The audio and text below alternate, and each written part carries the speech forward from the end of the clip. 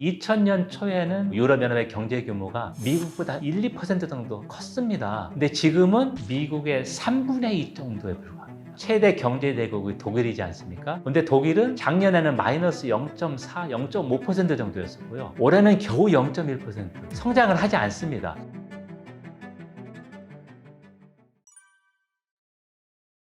영국에서 조기 총선이 7월 4일에 있었습니다. 그래서 여론조사 그 예상대로 노동당이 14년 만에 집권당이 됐습니다. 그래서 왜 그렇게 됐냐면 가장 큰 이유는 집권 보수당이 패배했다. 집권 노동당이 14년 동안 브렉시트도 2016년에 주도하고 국민투표도 선거에서 심판을 받았다. 경제가 안 좋았기 때문이죠. 그리고 또 하나는 보수 진영이 분열됐습니다. 그래서 집권 보수당보다 더 오른쪽에 있는 영국 개혁당이라고 하는 리폼 UK 파티인데요. 이쪽이 선거구 90%의 후보를 내면서 보수 진영이 갈라졌습니다. 자, 그래서 보수당은 190년 만에 사상 최대의 패배를 했고요. 반면에 노동당은 거의 3분의 2 의석을 얻었습니다. 거의 압도적인 승리죠. 2010년 보수당이 집권해서 2016년 6월 말에 브렉시트 국민투표가 있지 않았습니까? 브렉시트 국민투표는 보수당이 주도를 했는데요. 영국 교역의 절반이 가는 유럽연합 EU에서 탈퇴하는데 어떻게 영국 경제가 좋아지겠어요? 이 사람들 탈퇴하면 오히려 경제가 좋아진다고 장밋빛 청사진을 제시했거든요. 근데 브렉시트 국민투표가 한 후에 거의 6년 만에 탈퇴를 했는데 정치적 불확실성도 커지고 그러니까 경제가 상당히 저성장이 계속됐고요. 2022년 2월 말에 러시아 우크라이나 전쟁이 발발하기 전에 영국은 G7 국가 가운데 최저 성장을 계속 기록했어요. 그러다 이제 전쟁이 발발하면서 독일이 꼴찌가 됐고요, 성장률이. 그 다음에 아직도 영국이 꼴찌에서 두 번째입니다. 자, 그만큼 경제가 안 좋다는 얘기죠. 제가 도표를 한번 준비했는데요. 자, 2008년 1분기부터 2022년 1분기인데요. 제일 밑에 영국이 제일 낮죠. 한번 보시면. 1인당 실질 GDP가 영국이 코로나 때 제일 급강했고 미국은 뭐 훨씬 잘 나가고. 자, 이렇게 보면 실질 임금이 마이너스라는 건 뭐냐면 물가는 예를 들면 5% 오르는데 임금은 4%밖에 안 올랐으면 마이너스 1% 아닙니까? 그런 게 계속됐다는 얘기죠. 그리고 영국은 북해에서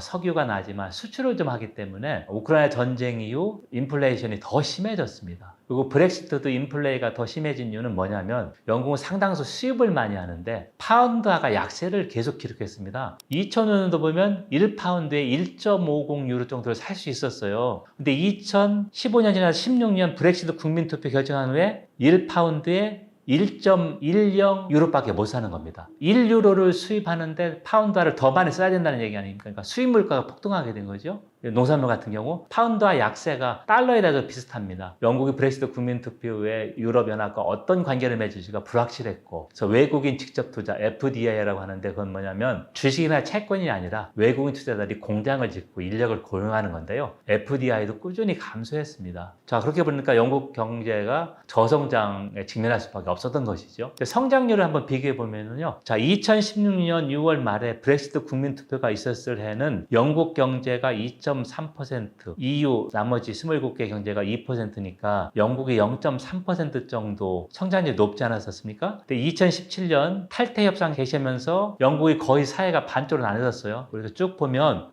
EU 경제가 영국보다 소폭으로 계속 성장률이 높습니다. 작년에도 영국보다 EU 경제가 0.3%포인트 높았습니다. 우리가 보통 유럽 하면은 저성장의 대표인데 EU보다 영국 경제가 더 낮았다는 얘기죠. 저 여기서 이제 학자들이 얘기하는 게 왜 그럼 브렉시트 때뿐이냐 이렇게 의문을 제기하는데 영국 경제에 가장 큰 영향을 미치는 이 기간 동안은 브렉시트밖에 없었습니다. 영국이 브렉시트를 하지 않았으면 영국 교역의 절반이 EU하고 이렇게 계속되니까 많이 감소하지 않았을 테고 이전의 경제 성장률 영국이 EU보다 조금 높은 거 유지했으면 예를 들면 3.5에서 3.8%포인트 전 영국 경제가 더 높았어야 됩니다. 그래서 앞으로 이걸 영국이 메꾸려면 10년이라고 따지면 한 해에 계속 0.5%포인트 이상은 EU 성장률보다 높아야 됩니다. 그런데 0.5%포인트 성장률이 높다는 건 쉽지 않죠. 자, 그렇게 보면 브렉시트가 영국에 상당히 마이너스다 이렇게 당연히 볼 수 있죠.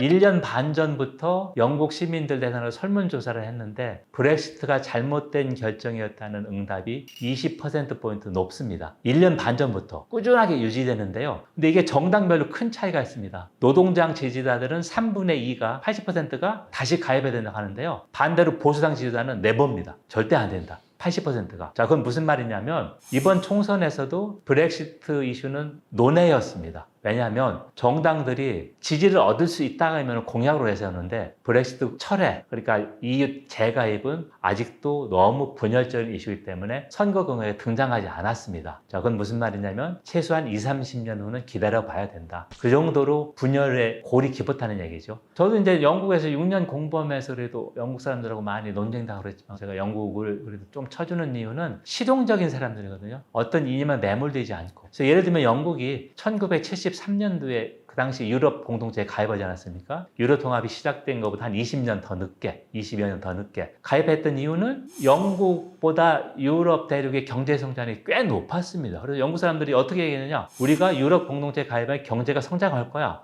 실용적인 사고방식이죠. 근데 이번에 이제 브렉시트 국민투표 비슷한 거는 영국이 자신감을 얻는 거예요. 왜냐면은 그러니까 유럽 경제공동체 유럽연합에 가입했더니 시장이 커지지 않습니까? 단일 시장이니까. 왜냐면은 해운기끼리는 우리가 경상도에서 전라도 가면 아무런 통관이 없듯이 자유시장, 단일시장이거든요. 노동력도 자유롭게 이동합니다. 비자나 뭐가 필요 없이. 자, 그래서 넓은 시장을 얻어서 치열하게 경쟁하다 보니까 영국 경제 성장에 도움이 됐는데, 자, 그래서 이제 브렉시트 국민 투표했을 때 그 브렉시트 지지했던 층이 뭐라 했느냐? 우리가 이렇게 경제 성장이 높은데 나오면 더 잘 될까? 이렇게 얘기했는데 거꾸로 얘기한 거죠. 유럽 통합에 합류했기 때문에 넓은 시장에서 자유롭게 경쟁했기 때문에 나아진 건데, 그래서 이제 앞으로 20, 30년에 어떤 변수가 있냐? 단순하게 얘기하면은 유럽 경제가 지금의 침체를 딛고 영국보다 조금이라도 계속해서 성장률이 높다. 그러면 영국 사람의 실용적이기 때문에 야, 유럽 대륙 우리보다 성장률이 높아. 한번 좀 가입해야 되죠. 이런 얘기가 나올 수 있다는 것이죠. 중요한 거는 정치권에서 이걸 공약으로 할 수 있어야 되는데 그게 아직은 멀었다. 너무나 갈등의 골이 깊었기 때문에 그렇게 생각합니다.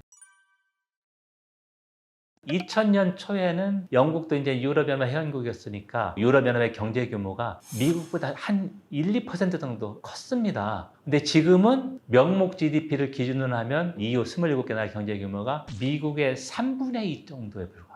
미국은 경제 위기를 겪었지만 꾸준히 성장하는데 유럽은 저성장을 했다는 얘기거든요. EU 27개 회원국 중에서 최대 경제 대국이 독일이지 않습니까? 그래서 독일이 27개 회원국의 5분의 1 경제 규모고요. 27개 회원국 중에서 20개 나라가 단일화폐 유로를 채택해서 유로존이라고 하지 않습니까? 그래서 독일 경제 규모 유로존의 25%입니다. 자, 그렇게 보면 독일 경제가 평균 이상 성장을 해야 EU 경제가 성장하는 것이죠. 유로존 경제가. 근데 독일은 우크라이나 전쟁 발발한 이후에 작년에는 마이너스 0.4, 0.5% 정도였었고요. 올해는 겨우 0.1% 성장을 하지 않습니다. 반대로 유럽연합 EU 성장률은 올해 1% 조금 넘습니다. 자, 그렇게 되면 유럽연합의 저성장의 원인은 독일이라고 볼 수 있죠. 독일 왜 이렇게 저성장을 하느냐? 분명히 단기적인 요인하고 이제 중장기적인 요인이 있는데요. 단기적인 요인은 우크라이나 전쟁 발발 후에 독일은 러시아에서 값싸게 천연가스를 해저 파이프라인을 썼거든요. 근데 그게 다 끊어졌습니다. 자, 그렇게 되면 독일은 제조업 강국인데 제조업 생산 단가가 최소한 2배, 3배 올랐습니다. 자, 그러니까 경쟁력이 떨어지고, 그리고 지난 7년간 독일의 최대 무역 상대국이 중국이었습니다. 근데 중국이 코로나 리오프닝 효과가 그렇게 크지 않았잖아요. 지금은 조금 나아졌지만, 자, 그런 게 겹치면서 독일 경제가 저성장을 면치 못하고 있다. 전쟁 이전에는 영국이 G7 국가 간의 최저 성장이었었는데 그 불명예를 이제 독일이 갖게 된 것이죠. 그리고 이제 중장기 이유는 뭐가 있냐면 독일도 이제 베이비 부머 세대가 73년생까지 은퇴를 하는데요. 몇백만 명 인력이 부족합니다. 2035년까지 700만 명 정도 노동력이 부족하다. 근데 이걸 어떻게 메꾸냐 이거죠. 2차 대전에 베이비 부머 세대가 이제 은퇴하거든요. 그래서 독일도 지금 연립정부가 예를 들면 외국인 국적 취득 법을 개정해서 더 국적을 쉽게 주려고 하고 특히 고급 숙련 인력, IT 정보통신 쪽은 계속 유인하는데 목표 달성은 못하고 있습니다. 그러니까 인력 부족. 그리고 또 하나가 제가 강조하고 싶은 게 독일은 정치의 문법이 연립정부입니다. 연립정부는 서로 상이한 정당이 최소한 2개 이상의 정당이 같이 정부를 형성하는 거거든요. 우리나라는 낯설죠. 근데 독일이나 유럽 대부분의 상당수 나라 의원내각제는 연립정부가 게임의 규칙인데요. 지금 독일 정부는 3개 정당이 연립정부를 이루었습니다. 3인 3색이 되는 거예요. 예를 들면 중도 좌파 사회민주당 3인당, 그리고 녹색당도 중도 좌파 쪽에서 기후위기 적극 대응하려고 하는데요. 나머지 세 번째 정당은 자유민주당, 자민당입니다. 자민당은 가장 친기업적인 정당이거든요. 한번 생각해 보세요. 중도 좌파고 가장 친기업적인 정당이 같이 정부를 구성했다면 좀 뭐가 안 맞을 것 같지 않습니까? 자, 그래서 어떤 일이 있었냐면 중도 좌파 쪽에서는 기후위기 적극 대응하자. 자민당 쪽에서는 기업의 디지털 전환을 지원해주자. 자, 그래서 코로나 때 쓰고 남은 돈이 600억 유로가 있었습니다. 84조 원. 우리나라 1년 예산의 한 15% 정도입니다. 독일이 경제를 잘 운영해서 이렇게 많아서 작년에 이 돈 가지고 기후위기 대응하고 디지털 전환에 쓰기로 했는데 독일은 무슨 문제가 있느냐? 독일 헌법을 기본법이라고 하는데요. 기본법에 균형 재정 조항이 명시되어 있습니다. 정부 재정 순부채가 GDP의 0.35%를 넘어서는 안 됩니다. 대단한 조항이죠. 순부채라고 하는 건 정부가 세입은 세금하고 약간의 국채를 발행하지 않습니까? 부족한 거예요. 플러스 마이너스 해서 순부채가 GDP의 0.35%를 넘어서 안 된다고 헌법에 규정을 했습니다. 제가 강조하는 건 헌법인데요. 재정 관련법이 아니라. 한번 여러분들이 공무원이라고 생각해 보세요. 0.35%인데 0.3%만 가도 큰일 납니다. 그렇지 않겠어요? 자, 그리고 이걸 독일이 헌법에 명시해서 연방정부는 2016부터 이걸 지켜야 되고요. 독일이 16개 주가 있는 연방정부는 미국처럼 주정부는 2020년부터 이걸 지켜야 됩니다. 그래서 이거는 이제 균형 재정인데 다른 말로 뭐라고 하냐면 부채 제동장치라는 부채를 쓰지 못하게 했다. 여기서 왜 문제가 되냐면 독일이 예를 들면 EU 회원국 중에서 경제가 규모가 꼴찌라면 별로 문제가 안 되죠. 근데 독일이 유럽연합 회원국에서 경제가 넘버원이지 않습니까? 그러면 미국이 중국을 비판할 때 똑같은 논리입니다. 흑자를 내는 넘버원 경제대국에서 중국이 미국과 비교해서 대규모 흑자니까 수출만 열중하고 내수를 하지 않는다. 왜냐면은 균형재정이니까 정부가 돈이 있어도 못 쓰는 거죠. 헌법을 위반하기 때문에. 그래서 이 조항 개정이 계속해서 문제가 됐고요. 가장 최근에 제가 설명드렸듯이 남은 돈, 코로나에서 남은 돈 600억 유로 쓰려고 그러는데 헌법재판소에서 안 된다.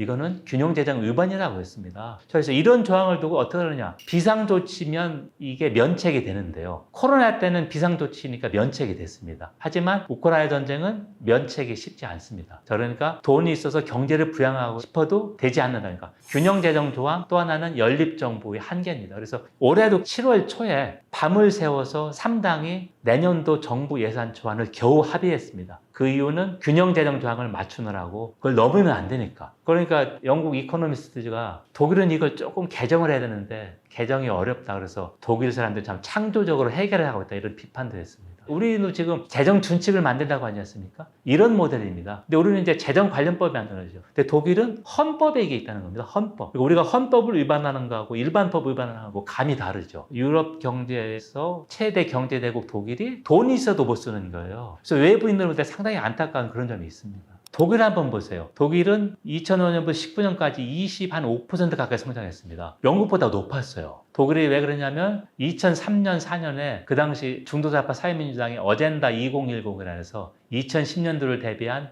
구조개혁에서 복지를 줄이고 대폭 단거리 일자리도 만들어서 경제성장 도약을 마련했거든요. 그게 이제 기반이 됐던 건데요. 2019년부터 28년은 독일 경제성장률이 잘해야 7%, 8%입니다. 한 해에 1% 성장 납치되다는 얘기죠. 반대로 스페인은 거의 10% 가까이 되고 프랑스도 10% 가까이 되니까 예를 들면 옛날 우리가 그 유로존 경제위기 때 피그스라는 말 아실 겁니다. PIGS. 포르투갈, 아일랜드, 그리스, 스페인 약자인데요. 그 나라들이 앞으로는 독일보다 경제 성장이 높습니다. 예상이. 거꾸로 됐죠. 그래서 독일이 중장기적 인력 부족, 연립정부 내 그런 정책 조율, 그리고 균형 재정 조항, 이런 그 중장기 기준을 조금이라도 개선하면 경제 성장이 높아질 수 있지만 그렇지 않고는 예를 들면 어젠다 2030, 2030년을 대비한 획기적인 독일의 구조 계획이 없다면 독일 경제는 이 정도로 저성장할 수밖에 없다. 이렇게 이제 보는 거죠. 유로존에도 비슷한 조항이 있는데 이것도 독일이 관철시켰는데 뭐냐면 단일 화폐를 채택하려면 유럽연합 회원국들이 경제를 잘 운용해야 됩니다. 왜냐면 예를 들면 어느 나라는 인플레가 10%고 어느 나라는 2%인데 같은 화폐를 쓰면 안 되잖아요. 일단 EU 회원국이 되면 의무적으로 조건이 맞으면 유로화를 채택해야 되거든요. 예를 들면 인플레가 가장 낮은 국 앞에서 1.5% 정도 범위를 넘어야만 안 된다. 이런 식으로 이제 까다로운 조건이 있어 그걸 맞추면 단일화폐 채택하는 거거든요. 근데 일단 단일화폐를 채택하고 그 다음부터 경제 운용을 망가뜨리면 안 되잖아요. 그래서 독일이 밀어서 똑같이 단일화폐 채택한 유로존 회원국도 안정 성장 조약을 지키는데요. 똑같은 모델 모델입니다. 정부 재정 적자가 GDP 3% 넘어서는 안 되고요. 총 부채가 GDP 60%를 넘어서는 안 됩니다. 자, 이게 독일이 자기 모델 똑같이 유로존에 이식한 거고요. 마찬가지로 유로존도 정부가 재정 여력에서 돈을 쓰고 싶어도 이 기존 대하면 못 쓰고 있습니다. 자, 그렇게 보면 야, 참 이상하다. 왜 이러지? 독일뿐만 아니라 유로존도 똑같은 규정이 얼마였습니다. 자, 유럽이나 EU가 인구가 4억 5천만 명이고요. 단일 시장, 내부 시장. 그러니까 아무런 제한 없이 무역을 하고, 그 다음에 제가 독일 사람이라면 나머지 26개 나라 비자 없이 가서 정착해서 살 수 있습니다. 전 세계에 그런 적이 없잖아요. 국경이 없어진 거지 않습니까? 유럽 여행하다 보면 기차가 국경을 통과하는데 아무런 통관이 없습니다. 자, 그렇게 됐는데 넓은 시장을 얻어서 치열하게 경쟁해서 성장을 했습니다. 이제 단일화폐를 채택하다 보니까 이제 그런 규정을 만든 거여서 단일화폐가 그걸 옥죄고 있지만 긍정적인 뭐가 있냐면 그만큼 정부가 재정을 좀 아껴서 치열하게 할 수 있다는 그런 게 있고, 예를 들면 그런 시장의 규율이라는 그런 얘기를 쓰고요. 또 하나는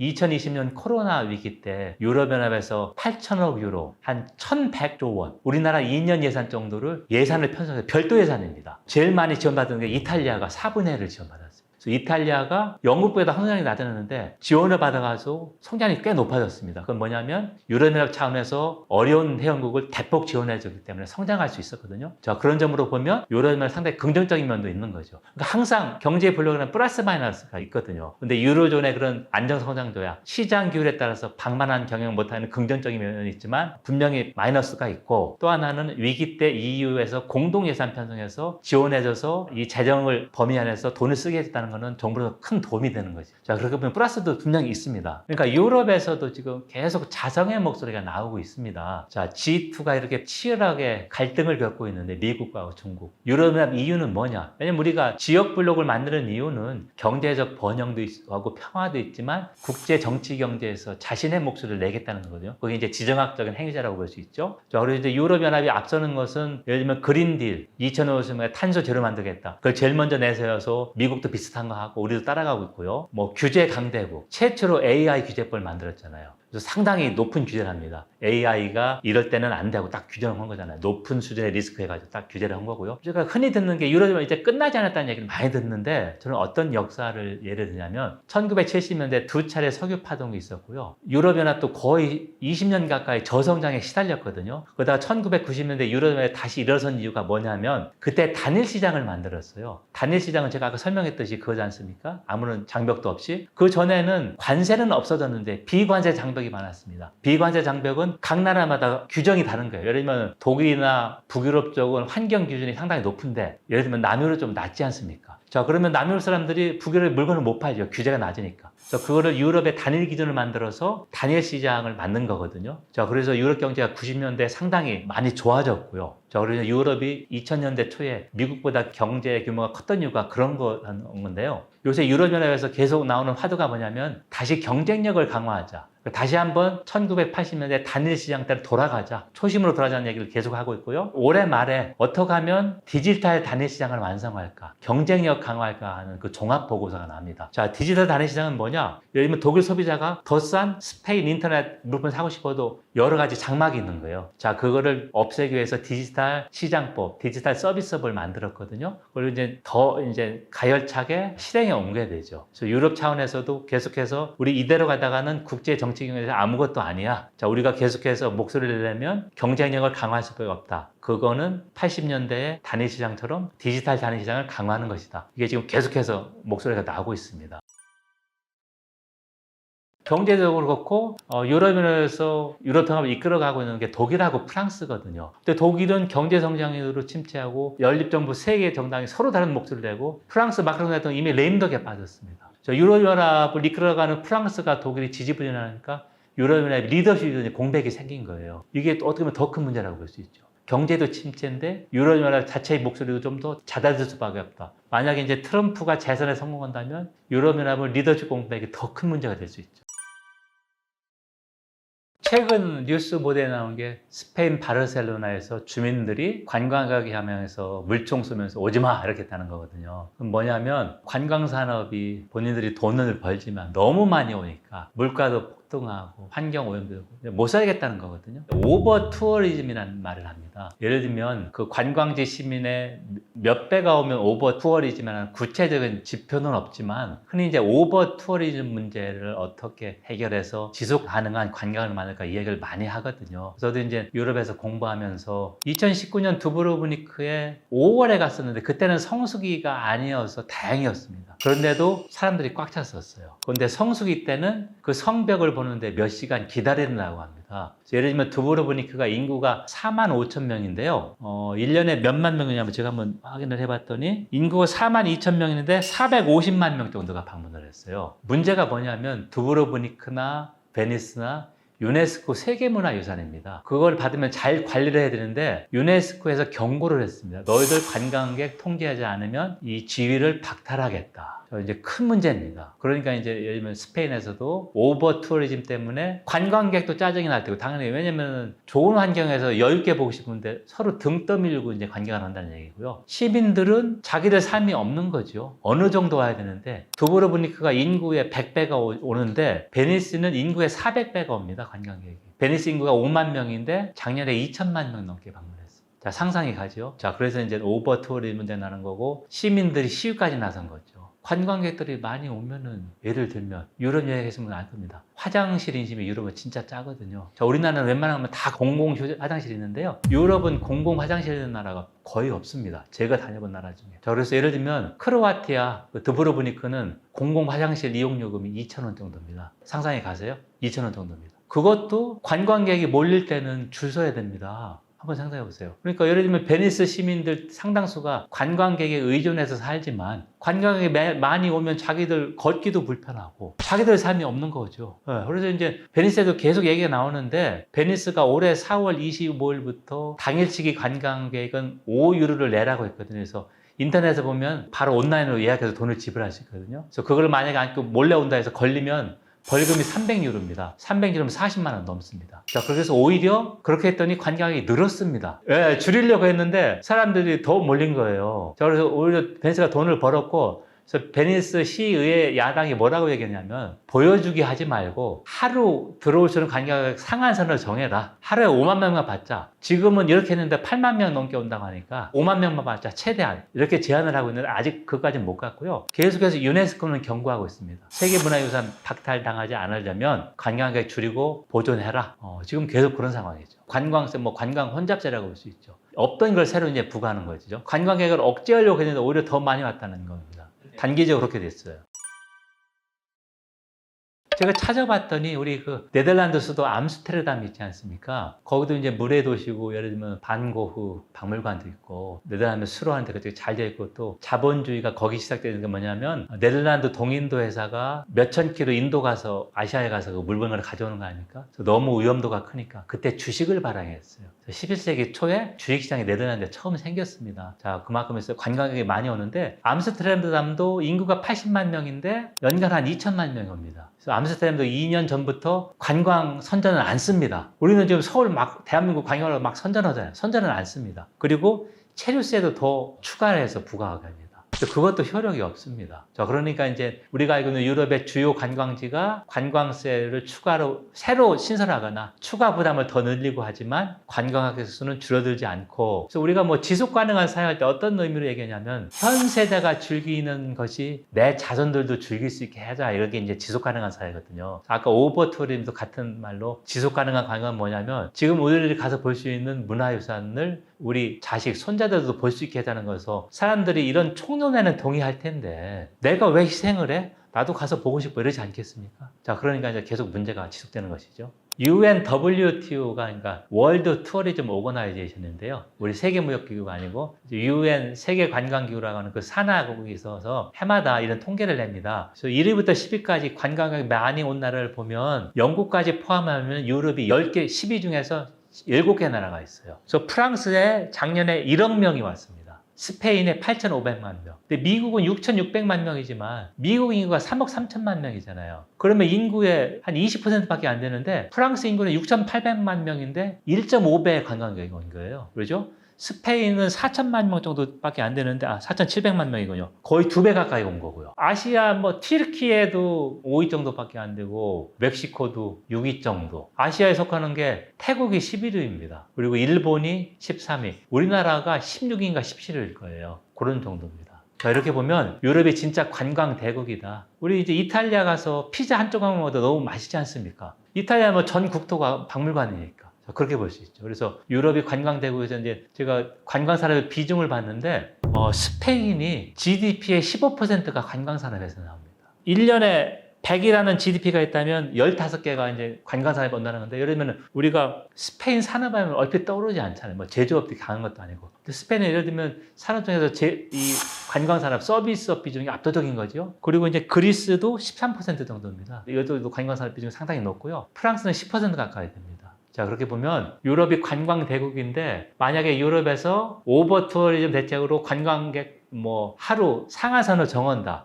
그러면 당연히 경제에는 단기적으로 마이너스가 될 수밖에 없겠죠. 그러면 이제 그거에 대한 대책을 마련해야 되지 않겠습니까? 그렇게 볼 수 있죠. 관광산업 하면은 직접 관광 그쪽 하는 뿐만 아니라 요식업도 바로 영향을 받지 않습니까? 예를 들면 코로나 때 스페인이나 그리스가 경제가 독일보다 훨씬 안 좋았다는 이유가 관광산업이 직격탄 맞았기 때문이거든요. 사람이 못 오니까. 그래서 관광산업이 다른 그 여파, 연쇄 효과가 좀 그래도 분명히 있는 산업이죠. 교통도 많이 오는 거고, 렌트도 많이 되는 것이고, 음식도 그렇고, 그렇죠? 파타임 같은 것도 많이 가는 건 그런 식으로 볼 수 있죠. 베니스나 플로렌스가 아니면 두브로브니크나 유네스코로부터 경고를 받고 있음에도 관광객 상한선을 정하지 못하는 이유가, 상한선 정하면 당연히 시민들이 반발이 크지 않겠습니까? 그래서 그런 대책을 마련하고 정해야 되는 거기 때문에, 예를 들면 정치인들은 몇 년에 한 번씩 바뀌잖아요. 그럼 정치인들의 기본 속성은 자기가 오랫동안 정치를 하고 싶은데 누가 표를 잃는 정책을 하고 싶겠어요? 예를 들면 우리 자손 후손은 30년, 50년의 일이고 내가 계속해서 정권을 차지하는 것은 바로 나의 일이잖아요. 그걸 못하는 거죠.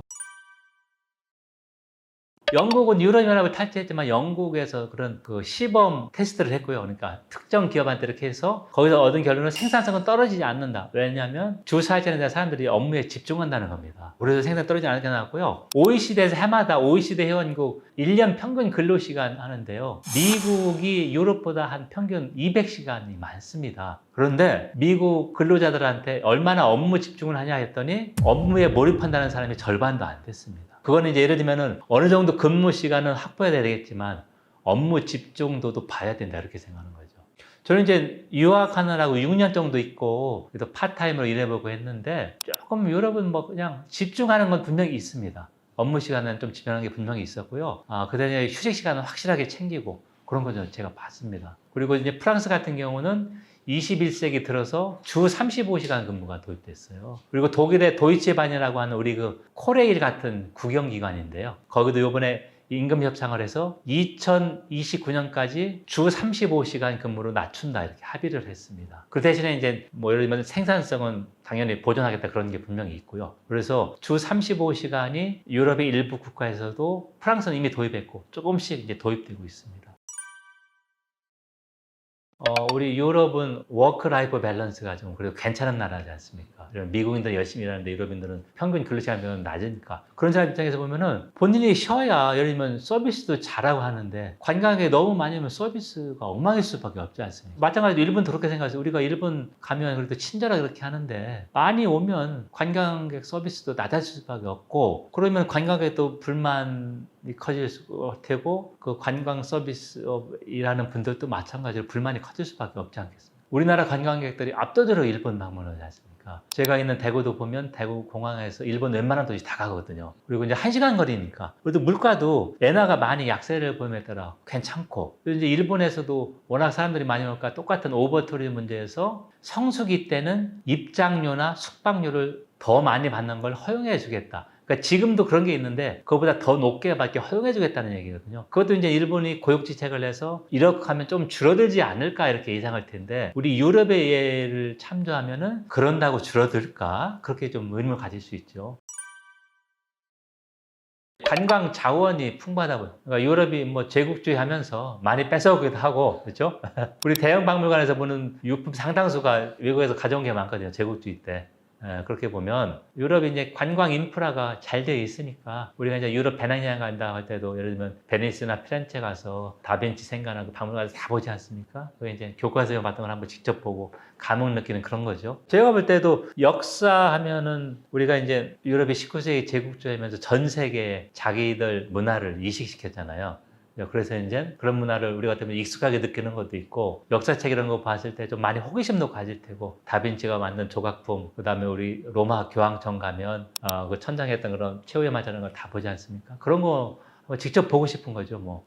제가 유럽에 좀 잘 알려지지 않았지만 그래도 괜찮은데 그런 거 얘기를 좀 질문을 받았는데요. 저는 그 폴란드의 크라쿠프를 강추하고 있습니다. 폴란드 지도를 보면 바르샤바, 수도 바르샤바는 제일 꼭대기 위쪽에 있고요. 독일 바로 옆이고 크라쿠프는 제일 남쪽에 있습니다. 우리가 그 죽음의 수용소 아우슈비츠를 가려면 꼭 들리는 게 크라쿠프인데요. 거기가 좋은 점이 뭐냐면 일단 크라쿠프는 우리나라 경주입니다. 폴란드 왕조가 시작돼서 한 500년 동안 그쪽이 왕조였었고요. 강이 있고 조용하고 중세 골목이 가장 잘 보존되어 있습니다. 유럽에서. 그리고 거기는 크라쿠프 대학이 야겔로니아 대학인데요. 14세기 말에 학교가 설립돼서 도심 안에 학교가 이렇게 있어서 있고 또 하나는 종교인들이 많이 찾는데 우리 80년대 때 교황 바오로 2세가 폴란드 출신입니다. 그 교황 바오로 2세가 조국의 민주화를 위해서 크게 이제 기여를 많이 했는데 교황 바오로 2세가 주교로 있던 데가 크라쿠프입니다. 그래서 가면 그 성당 잘 보존돼 있어서 진짜 녹지도 많고 강도 있고 조용하고 저는 크라쿠프 잘 알려지지 않지만 유럽의 원래 중세의 모습을 보고 싶다. 아니면 역사에 한번 뭐라고 할까 함께 하고 싶다. 그러면 크라쿠프를 강추합니다. 2022년 2월 24일 새벽 5시에 러시아가 전격 침략을 했습니다. 지금 2년 반이 지났는데요. 전황을 간단히 얘기하면 지금 러시아가 아직도 대한민국 영토에 버금가는 우크라이나 영토를 점령해서 자기 영토로 만들었죠. 국제법으로 인정을 받지 못하고. 그리고 러시아가 지금은 약간 우세입니다. 그럴 수밖에 없는 게 러시아는 병력이나 무기에서 우크라이나의 한 3, 4배 정도 우세를 보이고 있습니다. 반대로 우크라이나는 미국에서 작년 10월부터 올 5월까지 지원이 안 됐습니다. 왜냐하면 트럼프 지시를 받는 미국 공화당 의원들이 우크라이나 지원을 반대했습니다. 우크라이나는 무기가 절대적으로 필요한데 손발이 묶였던 것이죠. 그렇게 보면 전황은 우크라이나한테 유리하지 않다. 그래서 이번 전쟁을 한마디로 얘기하면 러시아는 이 전쟁에서 결대를 질 수 없고 푸틴의 입장에 그렇잖아요. 우크라이나는 이 전쟁에서 이길 수가 없습니다. 자, 그러니까 이제 교차 상태가 계속될 수밖에 없는 것이죠. 미국을 보면 공화당 의원들이 왜 우크라이나 지원을 그렇게 꺼릴까 이렇게 볼 수 있잖아요. 물론 이제 트럼프의 전반적인 얘기가 우방국을 왜 공짜로 도와주냐 이런 얘기를 많이 했기 때문에 철저하게 계산적이고 비즈니스맨이었기 때문에 이렇게 하는데 그래도 러시아가 침략했는데 우크라이나 도와주는 게 당연하지 않아 그렇게 생각할 거 아닙니까? 그런데 민주당은 그렇지만 공화당 의원들은 어떻게 논리를 내세냐면 미국의 넘버원 적은 중국이다. 그런데 이제 러시아는 한물 갔는데 왜 우리가 러시아 힘을 빼냐 이렇게 얘기하고 있다는 거예요. 넘버원인 적인 중국을 봉쇄해야 된다. 여기에 역량을 집중해야 되는 논리를 내세우는데 그런데 그 논리가 조금 부족한 이유는 뭐냐면 지금 중국과 러시아가 밀접하게 대제사요. 특히 중국이 형님이 됐고 단순하게 비운다면 러시아가 주니어 파트너가 됐거든요. 이 전쟁으로. 러시아는 점점 더 중국에 의존할 수밖에 없죠. 러시아의 전쟁을 가능하게 해주는 게 중국하고 인도인데요. 중국하고 인도에서 러시아 원유를 가장 많이 수입합니다. 특히 중국은 작년에 사우디아라비아를 제치고 러시아에서 제일 많이 원유를 수입했습니다. 그래서 원유 수입이 현금을 주기 때문에 그 돈으로 러시아가 전쟁을 할 수 있는 겁니다. 그래서 중국의 입장에서 볼 때는 한국 전쟁 때처럼 미국을 유럽에 묶어두면 중국한테 유리한 거거든요. 왜냐면 한국 전쟁 때 1년 후에 거의 전선이 교착되고 2년 동안 휴전을 한 거거든요. 그때 소련의 스탈린이 어떻게 생각했냐면 미국을 유럽에 묶어두자 휴전 협상을 늦춘 거거든요. 중국도 똑같은 논리로 미국이 우크라이나 전쟁에 오래 묶여 있으면 좋은 거죠. 자, 그런 논리인데 미국 공화당은 그렇게 생각하지 않는다는 겁니다. 자, 그리고 유럽은 특히 전쟁 필요성이 분명히 있는데요. 제가 유럽 외교협회 질문을 한번 가져왔는데 올 초에 설문조사를 했습니다. 그래서 지금 큰 위기가 뭐냐 이렇게 물어봤는데요. 우크라이나 침략이라고 본 거는 평균이 17%니까 3, 4번째밖에 안 됩니다. 그래서 제일 우선순위가 경제적 동요, 경제가 좋지 않은 것이다. 21%였죠. 그 다음에 기후변화, 그리고 코로나19, 러시아 침략은 17%가 안 됐는데요. 제일 낮은 나라가 어디냐? 영국도 6%밖에 안 됐어요. 상당히 놀라울 겁니다. 스페인 같은 경우는 지금은 이제 사회민주당, 사회당이 집권한다는 그 집권당의 문제가 아니라 유럽의 평화를 염원하는 그게 상당히 높습니다. 왜냐하면 유럽에서는 우리하고 다른 게 우리 이제 국도 분단 때문에 적이라고 생각하는 게 높지 않습니까? 근데 유럽은 예를 들면 이탈리아를 예를 든다면 이탈리아도 7%밖에 안 되죠. 러시아 침략이 우선순위하는 게. 이탈리아도 2차 대전 때 파시즘 격퇴에 공산당이 큰 역할을 했습니다. 프랑스도 마찬가지고요. 그래서 공식적으로 허용돼 있습니다. 정당 활동이. 자, 그렇게 보면 이 사람들이 볼 때는 자, 전쟁이 날수록 인명피해는 늘어나고 경제는 어려워지는데 분명히 대의명분 좋다, 침략자를 규탄해야 하지만 그거보다도 협상해서 종전해야 되지 않겠냐 이런 감정이 높은 겁니다. 그래서 우리가 그냥 단순히 생각할 때 유럽도 우크라이나를 많이 지원하고 있으니까 미국만큼 군사물자나 이러면 경제 지원하고 있으니까 상당히 높지 않겠네. 국민 정서는 그렇지 않습니다. 이걸 보면 분명히 알 수 있죠. 처음에는 정서가 분명히 있었는데요. 전쟁이 장기화하면서 점점 우크라이나 지원한다는 그 지지율이 좀 낮아지고 있고요. 뉴스 보도에 나온 게 뭐냐면 우크라이나 시민들도 3분의 1이 영토를 양보하더라도 휴전이나 종전해야 된다고 했고요. 절대 안 된다고 하는 사람 비중이 80%였는데 지금은 50% 정도 낮아졌습니다. 그 말은 뭐냐면 우크라이나 사람들도 분명히 러시아 침략자를 철퇴를 가하고 있지만 현실적으로 어렵지 않습니까? 러시아라는 핵무기를 가지고 있는 강국을 우크라이나 어떻게 이길 수 있다는 게 어렵지 않습니다. 그래서 현실적으로 돌아섰다고 저는 생각합니다. 예를 들면 가장 크게 비판받았던 게 독일이지 않습니까? 독일이 처음에 조롱받았던 게 헬멧 몇 개밖에 안 줬다 이렇게 조롱받았거든요. 무기가 필요한데.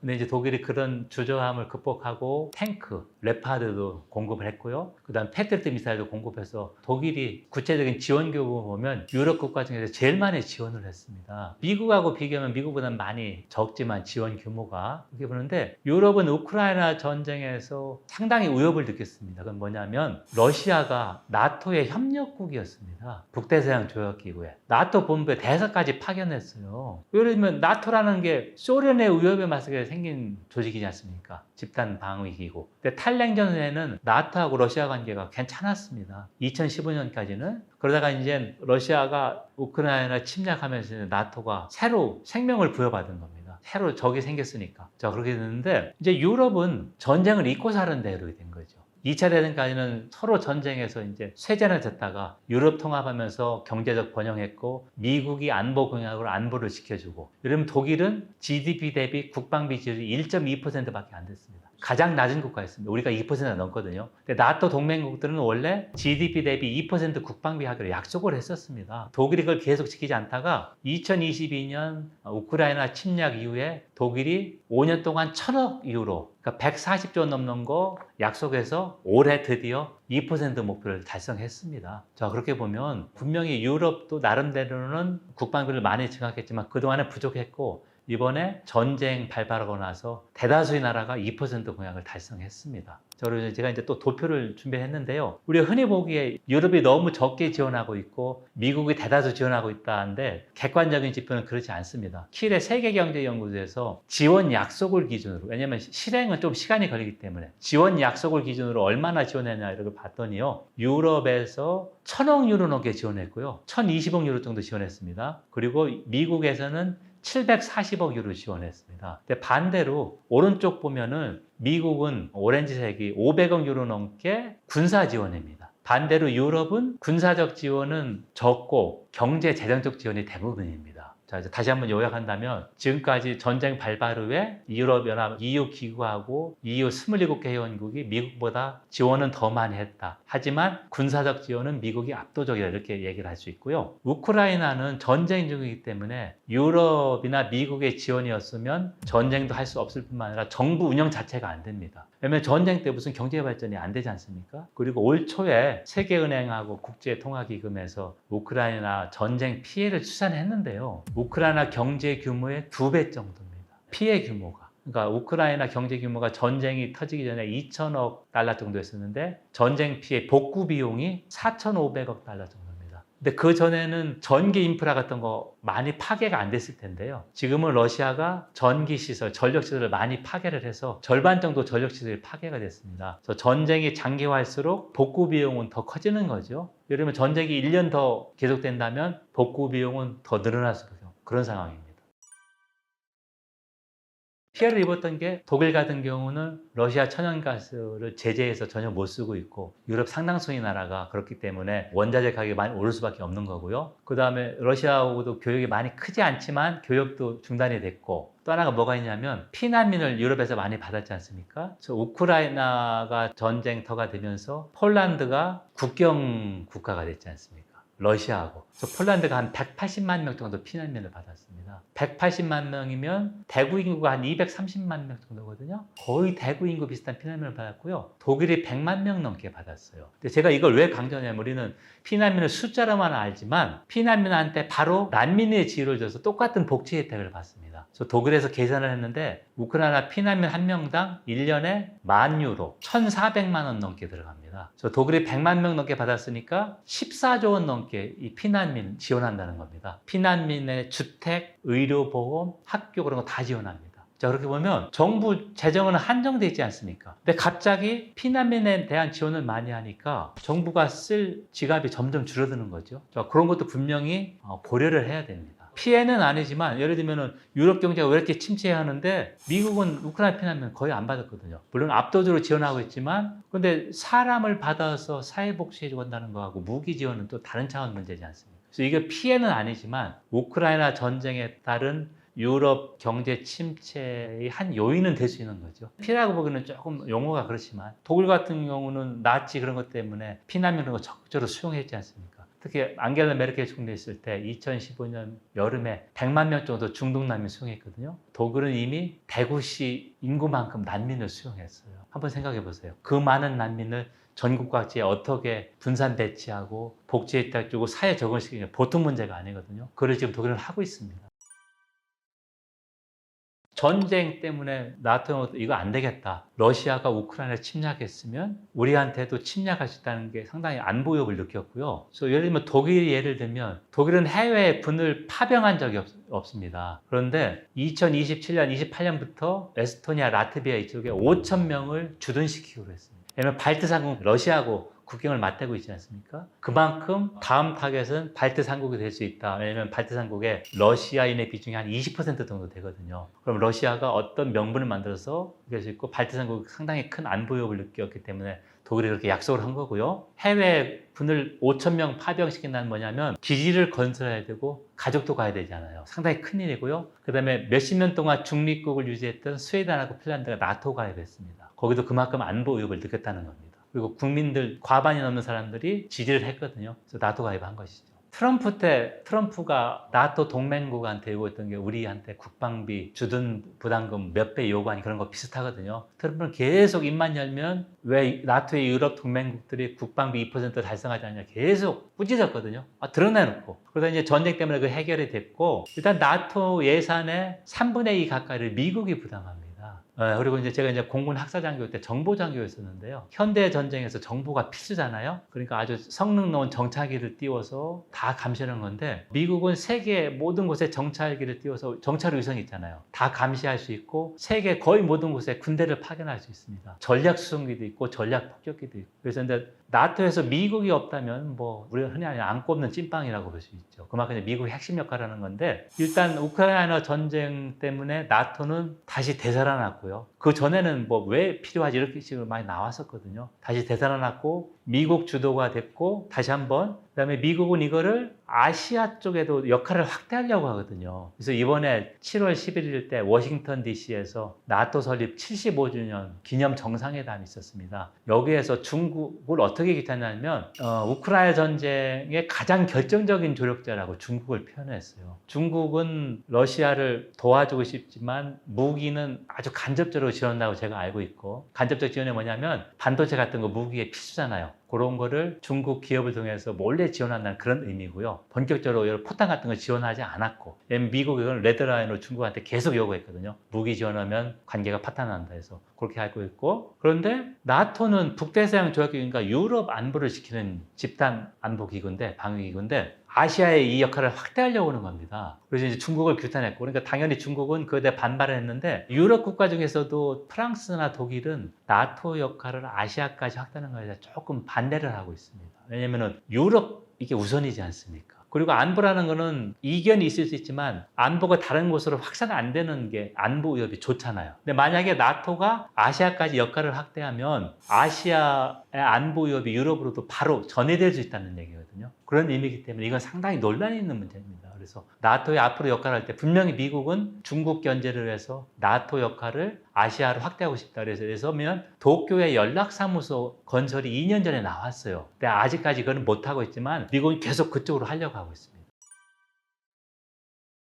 지금 이제 우크라이나가 다시 미국 지원 받고 유럽연합 EU의 지원, 유럽 지원 받아서 힘차게 싸우고 있지만 기본적으로 포탄도 많이 부족하고 공군력도 많이 뒤떨어지거든요. 그래서 우크라이나가 전쟁에서 승리하는 건 현실적으로 어렵지 않겠나. 그래서 이제 만약에 트럼프가 재선된다면 트럼프 공약이 취임 하루 만에 전쟁 끝나겠답니다. 하루 안에 전쟁이 끝날 수는 없지만 미국이 더 이상 우크라이나 지원을 하지 않고 대폭 줄이거나 하면은 트럼프가 만약에 집권한다면 제 생각은 6개월이나 1년 안에 전쟁은 휴전 아니면 종전될 수밖에 없다. 그럴 가능성이 높다고 보고요. 만약에 카멀라 해리스나 그 민주당 쪽에서 다시 집권한다 하면은 전쟁은 조금 더 길어질 수밖에 없다. 왜냐면은 미국은 이 전쟁을 어떻게 생각하냐면 러시아가 침략을 했고 우리가 여기에서 우크라이나를 계속 지원하지 않으면 중국한테만 이득이 된다. 중국이 타이완 침공해도 어떨 것이 이렇게 생각한다는 것이죠. 자, 그렇기 때문에 미국은 쉽사리 우크라이나가 강력하게 반대하는데 휴전이나 종전을 압박할 수는 없을 것이다. 그래서 민주당이 다시 집권한다면 우크라이나 전쟁은 좀 더 길게 될 수밖에 없다. 그래서 어떤 비유가 나냐면